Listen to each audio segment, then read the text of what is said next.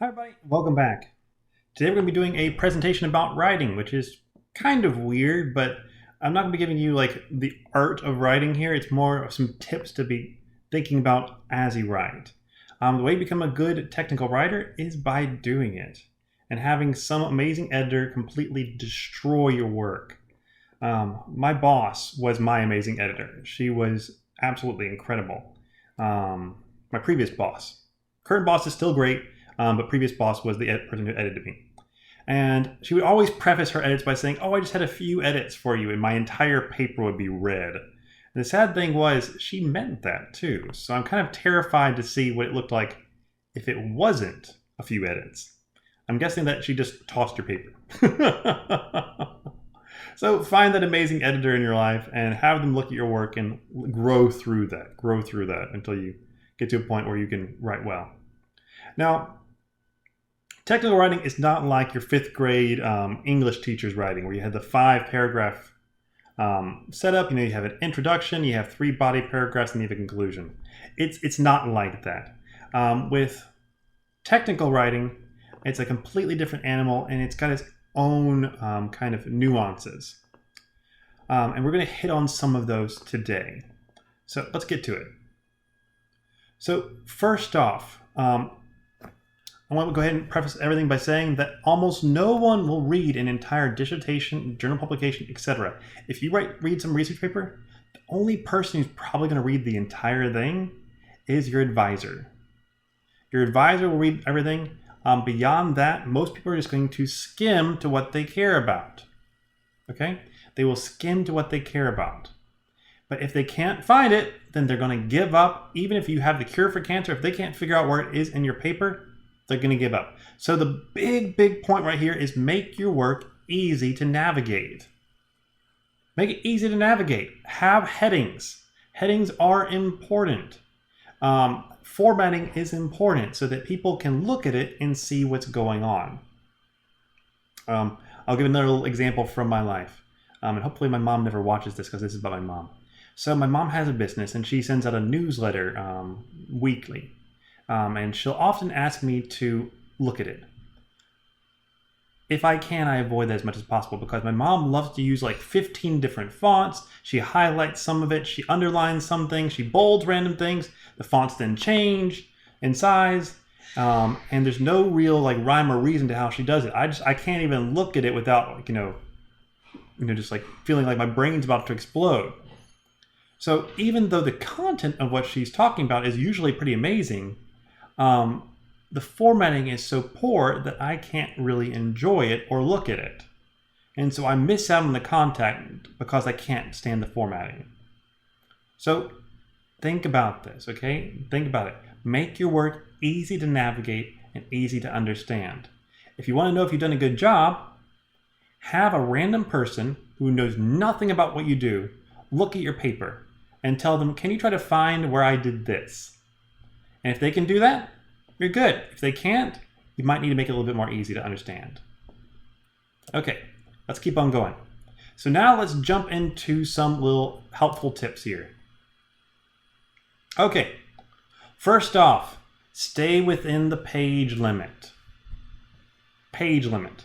Now, for this class, I don't usually have page limits for your projects or your presentations, nothing like that. But let's say that you're applying for a grant one day. That's a big thing. Grants are huge. If you go a page over, some grants will just completely discard your paper. It was supposed to be 10 pages, you gave them 11, you are no longer considered. It is completely gone. Other places are a little bit nicer, they just don't read that 11th page. We said 10 pages, we meant 10 pages. So even if you have some amazing information, it's off the screen. They don't see it, just like you can't see my hand right now. So stay within the page limit. And as a little note for that, no fluff. That means if you're reaching for the thesaurus because you're trying to find a word that sounds really fancy, you've already lost. No. Now you don't need to be like plain English Wikipedia, but make sure you're not trying to be just sound important. You can speak as you speak. There's sometimes we need to be a little more technical. Okay. Second thing to do is remember you are a professional. Be professional. Don't make jokes. Don't say anything inappropriate unless you can get away with it. As just being super honest with you, in almost everything I do, I hide a joke. I mean, it's fairly obvious in this class. There's jokes throughout the entire course. But when I was writing papers, like research papers, I would always try to hide a joke. I once made a Transformers reference in a paper about chemistry, because there is something called conformers, which is just a molecule can look two different ways.